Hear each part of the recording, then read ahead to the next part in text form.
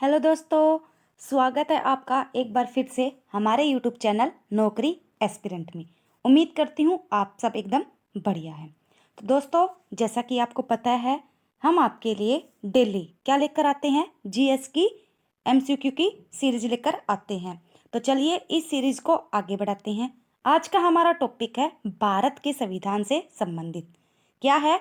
महान्यायवादी राजनीतिक दल, राष्ट्रीय प्रतीक और राजकीय भाषा, जिसमें सबसे इम्पोर्टेंट है हमारा टॉपिक महान्यायवादी। तो चलिए इन सभी को डिस्कस करते हैं। तो उससे पहले जो बच्चे चैनल पर नए हैं या जिन्होंने अभी तक चैनल को सब्सक्राइब नहीं किया है, तो सबसे पहले चैनल को सब्सक्राइब कर दो और साथ ही बेल आइकन पर क्लिक भी कर देना। साथ ही साथ वीडियो को भी लाइक कर दो, क्या पता बाद में आप भूल जाओ। तो इससे अच्छा है कि आप पहले ही कर दो और फिर टेंशन फ्री होकर अपने सेशन को हम आगे बढ़ाते हैं। पीडीएफ की टेंशन आप बिल्कुल मत लेना। पीडीएफ आपको हमारे टेलीग्राम चैनल पर भी मिल जाएगी और आप हमारी वेबसाइट पर भी ले सकते हैं। हमारी वेबसाइट है www.naukriaspirant.com। तो मुझे लगता है आप लोगों ने लाइक कर दिया होगा। तो चलिए आगे बढ़ते हैं। आप हमारे सोशल प्लेटफॉर्म के साथ भी जुड़ सकते हैं, जिनके लिंक आपको नीचे डिस्क्रिप्शन में मिल जाएंगे। पीडीएफ बताया है कि टेलीग्राम चैनल पर आप डायरेक्ट ले सकते हैं, तो आप हमारे टेलीग्राम चैनल को भी ज्वाइन कर सकते हैं। हमारा टेलीग्राम चैनल नौकरी एस्पिरेंट के नाम से ही है। तो चलिए आज का हमारा पहला प्रश्न है, भारत में प्रथम महालेखाकार कार्यालय की स्थापना किस वर्ष में हुई थी? 1858, 1845, 1890, 1867। तो बताइए। हमारा सही जवाब है ऑप्शन ए, 1858। कब हुई थी? महालेखाकार कार्यालय की स्थापना 1858 में हुई थी। और इसी साल क्या हुआ था? 1857 की क्रांति के बाद क्या हुआ था? जो ईस्ट इंडिया कंपनी का जो पूरा जो शासन था वो किसके हाथ में चला गया था? ब्रिटेन की संसद के हाथ में, यानी कि वहां पर रानी एलिजाबेथ, विक्टोरिया, इनके हाथ में चला गया था, यानी कि संसद के हाथ में पूरा चला गया था। नेक्स्ट, भारतीय संविधान का निम्नलिखित में से कौन सा अनुच्छेद भारत के नियंत्रक और महालेखा परीक्षक, जिसको CAG भी कहा जाता है, के लिए एक स्वतंत्र पद करता है? तो बताइए किस में वर्णन है इसका, यानी कि नियंत्रक और महालेखा परीक्षक का कौन से अनुच्छेद से संबंधित है? सीधा ये बता दो। अनुच्छेद 343, 148, 124, 110। तो हमारा सही जवाब क्या जाएगा? ऑप्शन बी, अनुच्छेद 148 से संबंधित है क्या? नियंत्रक और महालेखा परीक्षक। एक बात और ये ध्यान रखना कि इसकी जो नियुक्ति है वो कौन करता है? तो राष्ट्रपति। राष्ट्रपति इसकी नियुक्ति करती है। कार्यकाल 6 वर्ष या 65 वर्ष, जो भी पहले हो जाए इनकी नियुक्ति वैसी होती है। और इसको पद से कैसे हटाएंगे नियंत्रक और महालेखा परीक्षक को? जैसे उच्च न्यायालय के न्यायाधीश को हटा सकते हैं ना, तो उसी प्रक्रिया के द्वारा CAG को हटाया जाता है। नेक्स्ट देखिए, भारत के संविधान का कौन सा अनुच्छेद है जिसमें भारत के नियंत्रक और महालेखा परीक्षक का उल्लेख है? अभी बताया है, कौन सा है? जल्दी से कमेंट कीजिए। Very good, option A, sorry option B, 148।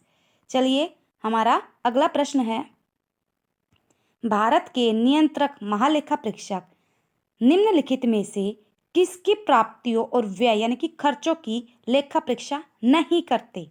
नहीं करते बताना है। केंद्र सरकार, स्थानीय निकाय, सरकार निकाय, सरकारी कंपनियां। तो किसका नहीं करते वो बताना है हमें। तो हमारा सही जवाब हो जाएगा ऑप्शन बी, स्थानीय निकाय। तो ये स्थानीय निकाय का तो क्या करेगा? इनके नीचे भी तो होती है कार्यपालिका, न्यायपालिका, तो इससे संबंधित नहीं है। केंद्र सरकार का करता है, राज्य सरकार और सरकारी कंपनियों। नेक्स्ट देखिए, भारत सरकार का कौन सा अधिकारी सदस्य न होते हुए भी, पहले तो इस क्वेश्चन पर है ना, वेरी वेरी इंपॉर्टेंट लगा लो, ये क्वेश्चन आ सकता है और क्वेश्चन काफी अच्छा भी है। देखो फिर से बता रही हूं, भारत सरकार का कौन सा अधिकारी सदस्य न होते हुए भी भारतीय संसद की कार्यवाही में भाग लेने का अधिकार रखता है? उपराष्ट्रपति, भारत का अटॉर्नी जनरल, नियंत्रक एवं महालेखा परीक्षक या चुनाव आयुक्त? तो बताइए। तो हमारा सही जवाब क्या हो जाएगा? कौन रखता है? ऑप्शन बी, भारत का अटॉर्नी जनरल। इसको हिंदी में क्या बोलते हैं? महान्यायवादी। वो क्या है? किसी पद पे न होते हुए भी संसद की कार्यवाही में भाग ले सकता है।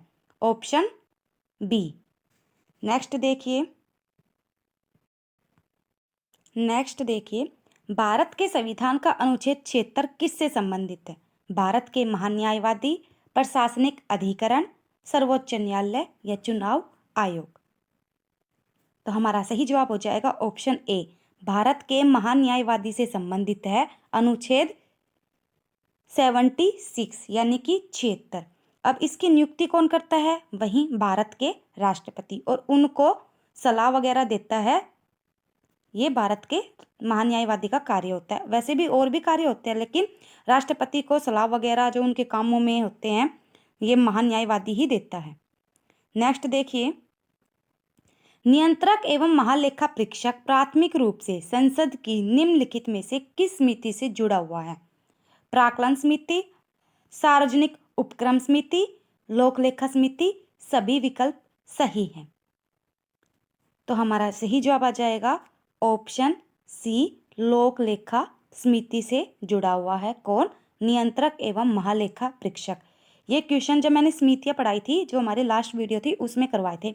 जो प्राक्कलन समिति होती है वो सबसे बड़ी वो समिति होती है संसद की। बताया था ना, सबसे बड़ी समिति प्राक्कलन समिति।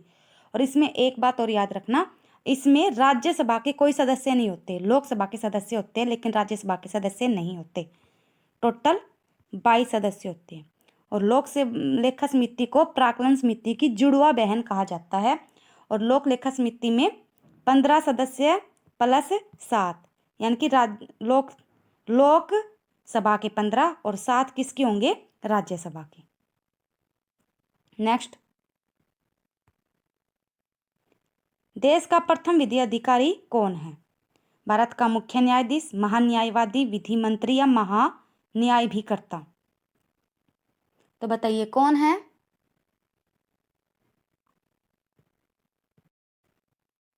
हमारा सही जवाब हो जाएगा ऑप्शन बी, महान्यायवादी। देश का प्रथम विधि अधिकारी तो कौन है? महान्यायवादी। और राष्ट्रपति इसकी नियुक्ति करता है। 1 मिनट, जो मैंने यहाँ पर बताया था ना कि प्राक्कलन समिति में 22 सदस्य होती हैं, यहाँ पर 22 नहीं, 15 और 7 मिलकर तो 22 हो जाएंगे, वो लोक लेखा के हैं। तो प्राक्कलन समिति में 30 सदस्य होते हैं, और राज्यसभा का एक भी सदस्य प्राक्कलन समिति में नहीं होता। हमारा अगला प्रश्न है, भारत के नियंत्रक एवं महालेखा परीक्षक किसके लिए जिम्मेदार नहीं है? राज्यों और संघ राज्यों के क्षेत्रों का लेखांकन तथा सभी सरकारी संस्थाओं की लेखा परीक्षा शामिल है। भारतीय रिजर्व बैंक का नियमन, ये गलत है। राज्यों को भुगतान देना, ये भी सही है। समेकित निधि में पूंजी का निर्गम, ये भी सही है। यानी कि आरबीआई से संबंधित नहीं है। कौन? नियंत्रक एवं महालेखा परीक्षक। तो ऑप्शन बी आएगा हमारा। क्या जाएगा? Option B. हमारा अगला प्रश्न है, भारतीय जनता पार्टी की स्थापना निम्नलिखित में से किस वर्ष हुई थी?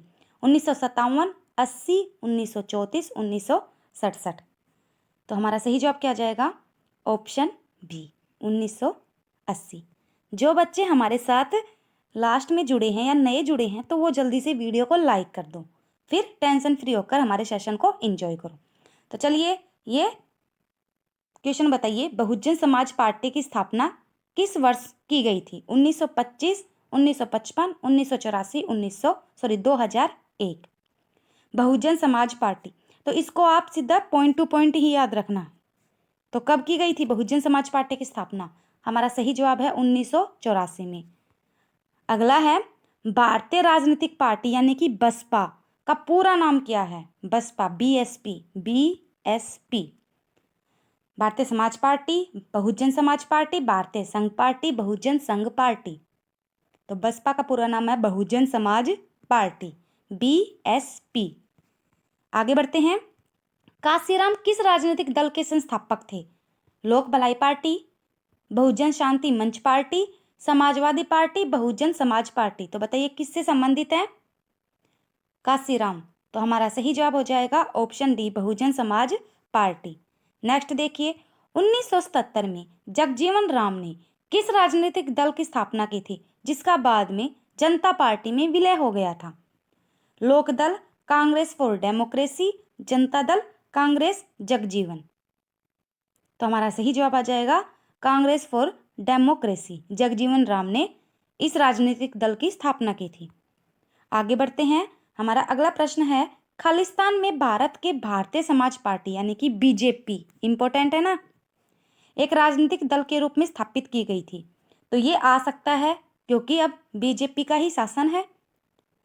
1954, 1980, 1965, 1948। तो हमारा सही जवाब क्या जाएगा?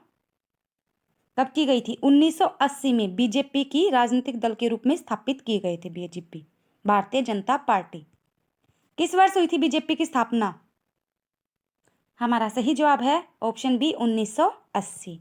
नेक्स्ट है, भारत की कम्युनिस्ट पार्टी को खालिस्तान वर्ष यानी कि किस वर्ष स्थापित किया गया था? 1835, 1885, 1925 या 1964? तो सही जवाब आ जाएगा 1925 में। एक बच्चा है रविंद्र कुमार, अब वो पता नहीं लड़का है या लड़की है, लेकिन वो भी ऐसे कहती है कि मैम मैं भी आपकी क्लास डेली लेती हूँ, तो मैंने आपका नाम ले दिया है। अब ये नहीं पता कि आपकी आईडी फेक है या नहीं, लेकिन रविंद्र कुमार लो, मैंने आपका नाम ले दिया है। Thank you. आप लोग जो बच्चे हमारी क्लास देखते हैं उनको तहे दिल से धन्यवाद, और ऐसे ही आप वीडियो को देखते रहना, हम आपके लिए ऐसे ही अच्छी अच्छी क्लासें लेकर आते रहेंगे। भारतीय कम्युनिस्ट पार्टी का गठन किस वर्ष हुआ था? 1940, 43, 25 या 27? तो हमारा सही जवाब है 1925 में हुआ था। नेक्स्ट है, भारतीय राजनीतिक पार्टी यानी कि सीपीआई का पूरा नाम बताइए। Common party of India, commonly party of India, communist party of India या कम्युनिटी पार्टी ऑफ इंडिया? तो सीपीआई का पूरा नाम होगा communist party of India, option C. Next, भारतीय राजनीतिक पार्टी सीपीआईएम का पूरा नाम क्या है? तो वही है, ऑप्शन वही है, कॉमन पार्टी ऑफ इंडिया मार्क्सवादी, common party of India movement. इसमें एम का मतलब बताना है कि एम का मतलब क्या है, मार्क्सवादी मूवमेंट या कम्युनिटी पार्टी ऑफ मूवमेंट या कम्युनिस्ट पार्टी ऑफ इंडिया मार्क्सवादी? तो हमारा सही जवाब क्या जाएगा? Option D, communist party of India. M का मतलब क्या हो जाएगा? मार्क्सवादी। आगे बढ़ते हैं। करंट अफेयर से रिलेटेड आपके एग्जाम में काफ़ी इंपॉर्टेंट पूछे जाते हैं, और आज के टाइप में करंट अफेयर आपके एग्जाम के पॉइंट ऑफ व्यू से बहुत ज़्यादा इंपॉर्टेंट है। तो अपने करंट अफेयर की तैयारी को मजबूत करने के लिए आप हमारी वेबसाइट पर विजिट कर सकते हैं। हमारी वेबसाइट पर विजिट करने के फ़ायदे मैं आपको बता देती हूँ। पहले तो हमारी वेबसाइट है www.naukriaspirant.com। अब यहाँ पर आपको करंट अफेयर से संबंधित daily PDF, quiz, weekly quiz, monthly PDF, 6 month PDF और ईयरली पीडीएफ सभी आप बिल्कुल फ्री में प्राप्त कर सकते हैं। और इसके साथ साथ आप अन्य सब्जेक्ट से रिलेटेड जैसे कि हिस्ट्री, पॉलिटी, इकोनॉमी, भूगोल यानी कुछ भी साइंस से रिलेटेड सभी की पीडीएफ आप प्राप्त कर सकते हैं, वो भी बिल्कुल फ्री में। नेक्स्ट, भारतीय कम्युनिस्ट पार्टी मार्क्सवादी का गठन किस वर्ष हुआ था? 1951, 1964, 1962, 1972? तो हमारा सही जवाब है ऑप्शन बी, 1964 में किया गया था। अखिल भारतीय तृणमूल कांग्रेस को वर्ष खालिस्तान में स्थापित किया गया? 1925, 1955, 1984, 1958? तो अखिल भारतीय तृणमूल कांग्रेस की स्थापना कब हुई थी? ऑप्शन डी, 1998 में। नेक्स्ट, भारतीय राष्ट्रीय कांग्रेस किस राजनीतिक समूह का एक हिस्सा है? संयुक्त प्रगतिशील गठबंधन, राजनीतिक जनतांत्रिक गठबंधन, जनता परिवार या राष्ट्र परिवार? हमारा सही जवाब है संयुक्त प्रगतिशील गठबंधन। नेक्स्ट, संयुक्त प्रगतिशील गठबंधन की स्थापना कब हुई थी? 1951, 1998, 2004 या 1980? तो 2004 में। हमारा अगला प्रश्न है, भारतीय राजनीतिक पार्टी एनसीपी का पूरा नाम बताइए। Nationalist Congress party, national Congress party, national communist party या नेशनलिस्ट कम्युनिस्ट पार्टी? तो एनसीपी का पूरा नाम क्या हो जाएगा? Nationalist Congress party. हमारा अगला प्रश्न है, राष्ट्रवादी कांग्रेस पार्टी को किस वर्ष में स्थापित किया गया था?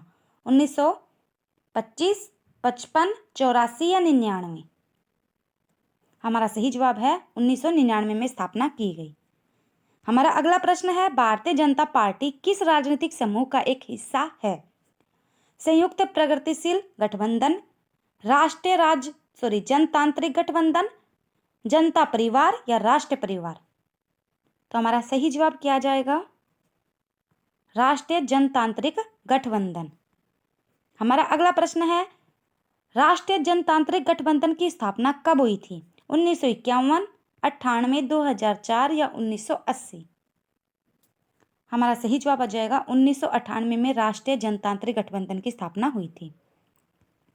अगला प्रश्न है, भारतीय राजनीतिक पार्टी एआईटीसी का पूरा नाम बताइए। All India Trinamool Congress, all India Telugu Congress, all India Telugu communist या ऑल इंडिया तृणमूल कम्युनिस्ट? तो एआईटीसी का पूरा नाम क्या हो जाएगा? All India Trinamool Congress, option A. हमारा अगला प्रश्न है, निम्नलिखित में से कौन सा भारतीय राष्ट्रीय राजनीतिक दल 1885 में स्थापित सबसे पुराना दल है और जिसने कई बार विभाजन का सामना किया? विभाजन का सामना किसने किया?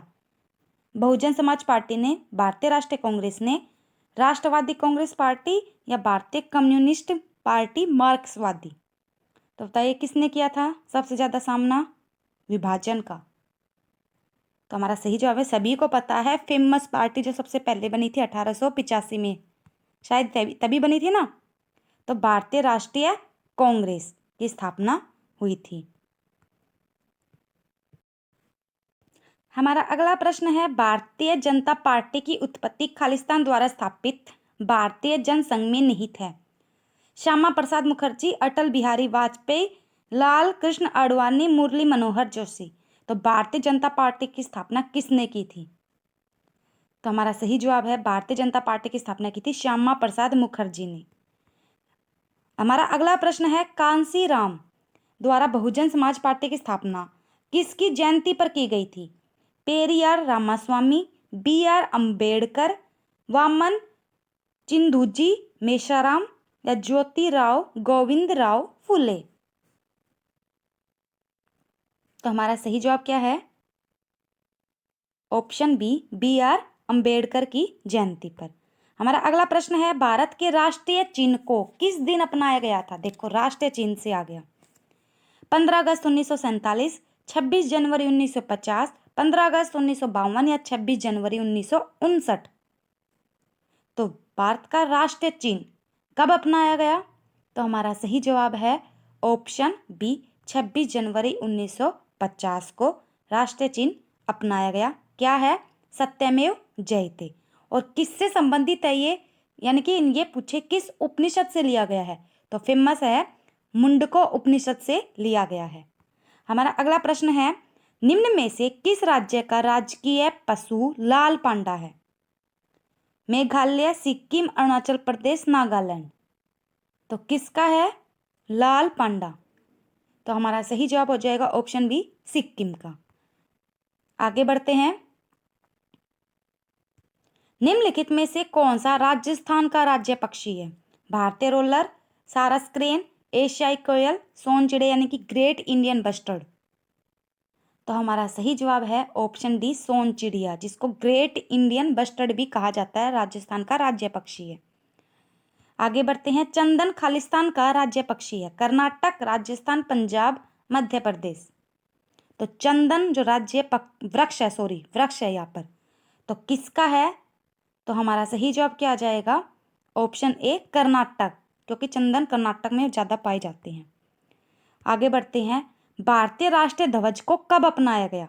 भारतीय राष्ट्रीय ध्वज को 12 जुलाई 1947, 12 अगस्त 1947, 22 अगस्त 1947 या 22 जुलाई 1947, कब अपनाया गया राष्ट्रीय ध्वज यानी तिरंगे को? तो हमारा सही जवाब है ऑप्शन डी, 22 जुलाई 1947 को राष्ट्रीय ध्वज को अपनाया गया। आगे बढ़ते हैं, भारत का राष्ट्रीय फल बताओ। सेब, केला, अमरूद, आम। तो अब गर्मी चल रही है, आम का सीजन है, तो ऑप्शन डी राष्ट्रीय फल है आम। अगर पूछे फूल यानी पुष्प तो कमल आ जाएगा। आगे बढ़ते हैं, देखो अगला क्वेश्चन यही है, भारत का राष्ट्रीय फूल बताइए, लिली, गुलाब, कमल या सूर्यमुखी। तो हमारा सही जवाब क्या जाएगा? ऑप्शन सी कमल। आगे बढ़ते हैं, भारत सरकार के प्रतीक में निम्नलिखित में से कौन मौर्य वंश से अपनाया नहीं गया? सत्यमेव जयते, सांड, घोड़ा या चार शेर, क्या नहीं लिया गया ये पूछा है। तो हमारा सही जवाब क्या हो जाएगा? ऑप्शन ए सत्यमेव जयते। आपको पता है जो अशोक चक्र से लिया गया था, क्या लिया गया था, जो भारत सरकार का जो प्रतीक है उसमें अशोक चक्र से जो एक तरफ सांड है, एक तरफ घोड़ा है और चार शेर वाली मूर्ति है, और उसमें सिर्फ जो सत्यमेव जयते है वो हमने अपनी तरफ से डाला था, जो कहाँ से लिया गया है? मुंडको उपनिषद से। आगे बढ़ते हैं, निम्नलिखित में से किस जंतु को भारत के राष्ट्रीय प्रतीक चिन्ह में स्थान नहीं मिला है? शेर भी है, घोड़ा, सांड है ना, अभी तक ऊंट नहीं है। आगे बढ़ते हैं, किस स्मारक को भारत का राष्ट्रीय स्मारक कहते हैं? India Gate, Gateway of India, Rajghat, Lal Qila. तो हमारा सही जवाब क्या है? किसको नहीं मिला है? Option A India gate. इसमें प्रथम विश्व युद्ध में जितने भी हमारे भारतीय शहीद हुए थे तो उससे रिलेटेड इंडिया गेट में भारत का राष्ट्रीय स्मारक है, जहाँ पर एक वो जलती रहती है। कहाँ पर है? दिल्ली, राजघाट दिल्ली, लाल किला दिल्ली, बस गेटवे ऑफ इंडिया मुंबई में है। नेक्स्ट, भारत के राष्ट्रीय ध्वज में स्थित अशोक चक्र खालिस्तान तीलियों वाला, देखो एकदम 5th क्लास का क्वेश्चन है, बताइए कितने, कभी कभी तो एसएससी कितने इजी क्वेश्चन पूछ लेती है, तो 24। आगे बढ़ते हैं, मैं नहीं बताऊंगी कितनी तिलियां हैं, फिर से वही आ गया ऑप्शन डी 24। देखिए, राष्ट्र ध्वज की लंबाई और ऊंचाई का अनुपात क्या होना चाहिए ये बताना है, यानी कि कितनी चौड़ाई होनी चाहिए और कितनी लंबाई होनी चाहिए वो बताओ। तो हमारा जो अनुपात होना चाहिए 3:2 का, यानी कि लंबाई 3 और चौड़ाई 2, ऐसे। थोड़ा ज़्यादा छोटा हो गया, थोड़ा ऐसे, ऐसा, हाँ ऐसा ठीक है, 3:2। आगे बढ़ते हैं, हमारे राष्ट्र ध्वज में स्थित चक्र किस बात का प्रतिनिधित्व करता है? गति का, सत्य का, विकास का या भविष्य का? तो किसका करता है? हमारा सही जवाब आ जाएगा ऑप्शन बी सत्य का। आगे बढ़ते हैं, इनमें से भारतीय राष्ट्रीय गान कौन सा है? ए मेरे वतन के लोगों, या माँ तुझे सलाम, ऐसा देश है मेरा, या जन गण मन, बताइए कौन सा है? वैसे तो सारे ही बहुत प्यारे हैं, अगर सुनने लग जाओ ना तो मन नहीं करता इनको हटाने का। तो वैसे बताओ भारत का राष्ट्रीय गान बताइए। हमारा सही जवाब हो जाएगा ऑप्शन डी जनगण मन, जो 24 जनवरी 1950 को अपना गया था। किसने लिखा? रविंद्रनाथ टैगोर ने। आगे बढ़ते हैं, संविधान सभा द्वारा राष्ट्रीय गान को खालिस्तान द्वारा अपनाया गया था। 24 मई 1949, 24 नवंबर 1949, 24 जनवरी 1950 या 24 जून 1950। तो कब अपनाया गया? हमारा सही जवाब क्या हो जाएगा? ऑप्शन सी 24 जनवरी 1950 को। आगे बढ़ते हैं, राष्ट्रीय गान को हिंदी संस्करण में कब अपनाया गया? देखो बस थोड़ा सा बदल दिया, हिंदी संस्करण तो वही आएगा, ज़्यादा मत सोचना कि इसका आंसर क्या आ सकता है, तो वही आ जाएगा 24 जनवरी 1950 को। तो आगे बढ़ते हैं, भारत का जो राष्ट्रीय गीत है किस उपन्यास में परिलक्षित हुआ था? देवी चौधरानी, आनंद मठ, दुर्गेश नंदिनी या सेवा सदन? तो बताइए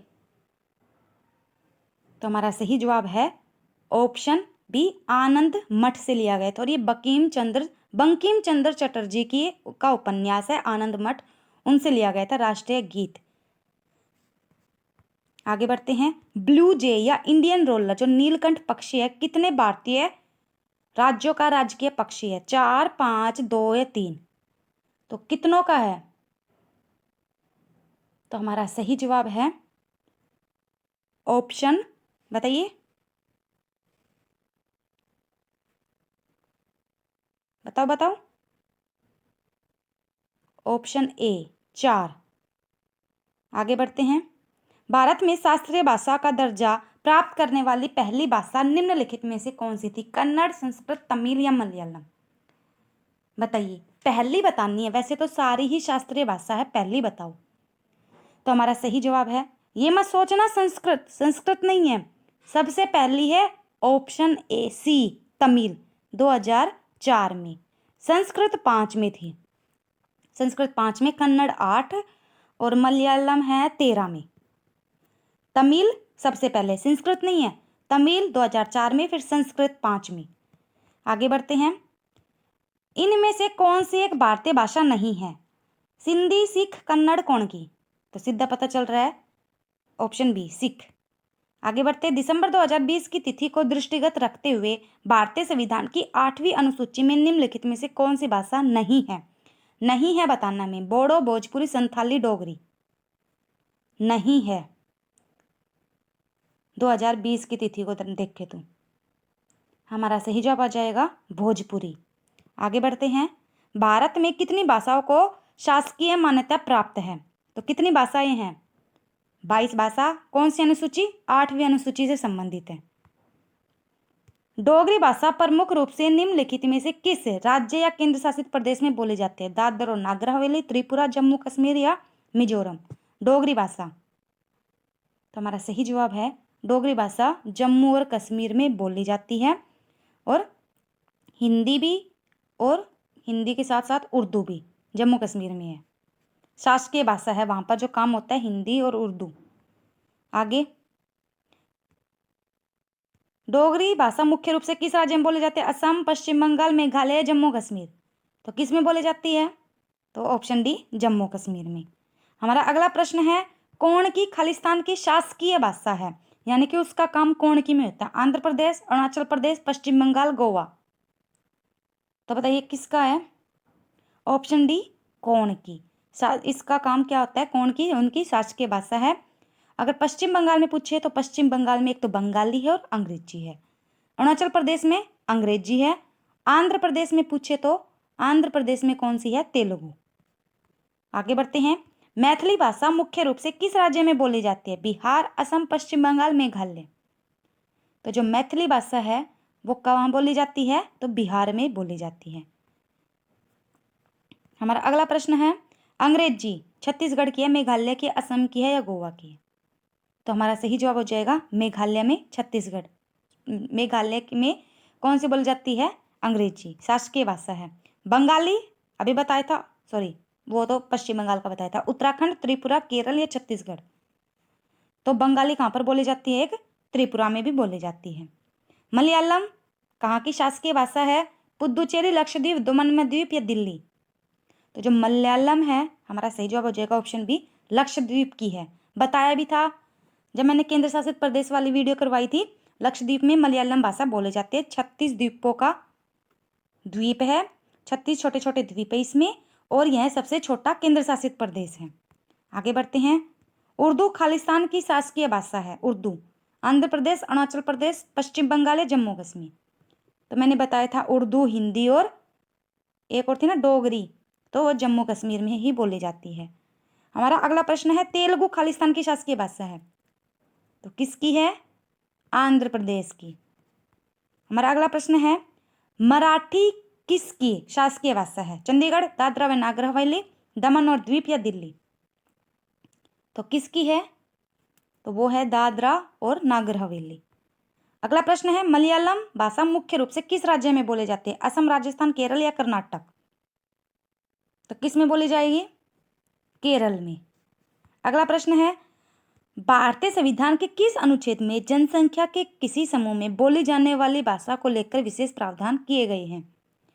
374, 357, 337 या 347? तो किस में है? तो अनुच्छेद 347 से संबंधित है। इन भाषाओं में से कौन सी भाषा साधारणतः भारत के दक्षिण हिस्से में बोली नहीं जाती? तेलुगु बोली जाती है। कौन की? मैथिली नहीं, मलयालम। मैथिली बिहार की तरफ बोली जाती है। तो दोस्तों ये था आज का सेशन। कैसा लगा कमेंट में प्लीज़ ज़रूर बताना। आई होप वीडियो को आपने लाइक कर दिया हो। अगर आपने लाइक नहीं किया है तो जल्दी से वीडियो को लाइक कर देना। पीडीएफ की टेंशन मत लेना, वो आपको हमारे टेलीग्राम चैनल पर मिल जाएगी। चैनल को अभी तक सब्सक्राइब नहीं किया है तो चैनल को भी सब्सक्राइब कर देना। Thank you everyone, bye bye, take care. Video को लाइक करना, शेयर करना एंड कमेंट करना तो बिल्कुल भी ना भूलना। Bye bye.